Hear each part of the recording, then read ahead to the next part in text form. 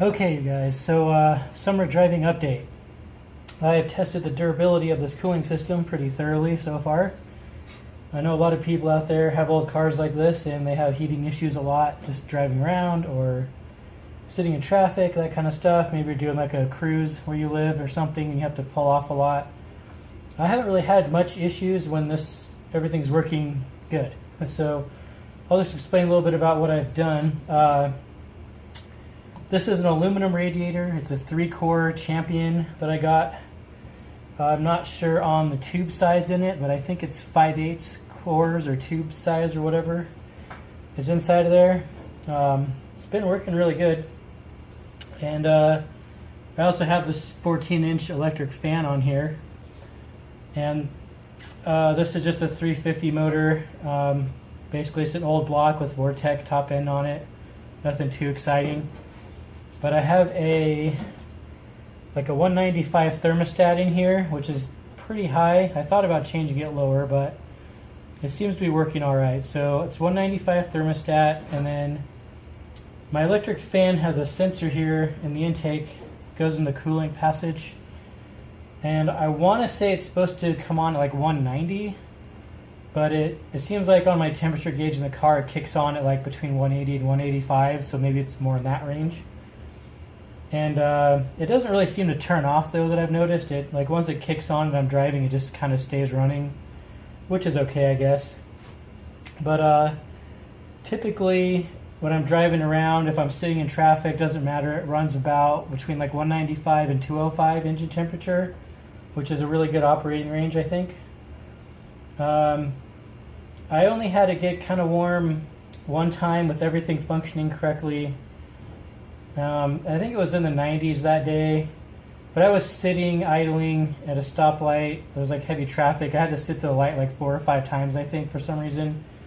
And it got to like maybe 220, which isn't catastrophic yet, but it did get a little warm. So that's been working great, this combo. However, I think it was last week, I had to go to a meeting. So I was driving down there and it was probably, I think it was 100 degrees that day outside when I went there. And I noticed the car was getting pretty hot at the stoplight. It was, getting up like 210, 220 when I was sitting there. And I was kind of just thinking, because it was 100 degrees outside that day, and then the road I was actually sitting on, stopped on, had just been repaved, so it was like super black asphalt.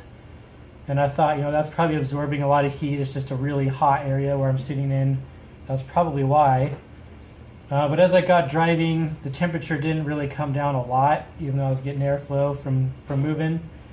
So I got to where I was going. The car was still sitting, I think it was almost like 225, or it was up there when I stopped. So I turned it off. I opened the hood just to let it cool for a little bit.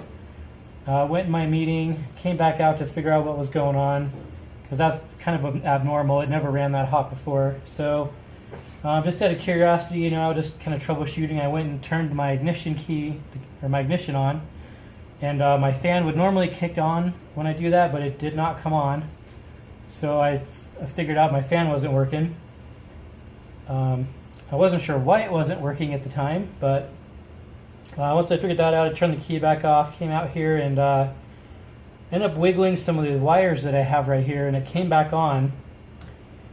But what I'd initially done was, when I first got the car going, I was excited to drive it or whatever, and the fan came with just these 2 wires here attached to it with like little tiny like spade terminal connectors on it. So just in a hurry to get it running and working, I ran the wiring for my relay and my sensor and stuff to over here, just put like a couple of the female spade connectors on there, just plugged in right here, and had it like kind of taped and loomed up, and just zip tied right here, which it's really hot right here. So that probably wasn't the best idea, and the wire, like the casing on the wires, got really like hot, and it was soft, and the connector was kind of coming apart a little bit where it had been crimped and stuff. So it kind of just cooked and fell apart essentially. So I decided to come home and do it right the next time, and This is actually like a really nice weather pack connector that I got off of, I think, a Chevy truck of some kind at my local pick-a-part out there. And it has heavier gauge wiring, which is why I saved it. Well, actually, I got it with the intention of putting it on here and just never did until I had this problem. But so anyways, I came home and cut the old connectors out and then soldered all these wires together here on both sides, and heat shrink tubed them and everything. So now I have a quick connect, which is nice if I need to take some of this apart for some reason someday. But it also seems like it has a better connection because the fan runs a little stronger than it did before, just with the spade terminals. Anyway, so this is much better, heavier gauge wires, and works great. So even today I was driving around, had to run some errands, drove several miles across town and back, and I think it's 102 degrees outside right now today. So it's just cooking. Driving around inside the car is insanely hot. But the motor still ran between, about 200, 205 the whole time. Even when I was sitting at stoplights and stuff, I had to sit through one today. Like, I had made like 2 rotations because of the traffic. I was sitting there for a while, and it didn't get hot at all. It just stayed at like 205. So it seems to be working really well. It's a good combo now. So I don't know. I haven't really tested it beyond that. But anyway, so yeah, I just got the aluminum radiator. I guess if you'd, I think the radiator is probably the key component here.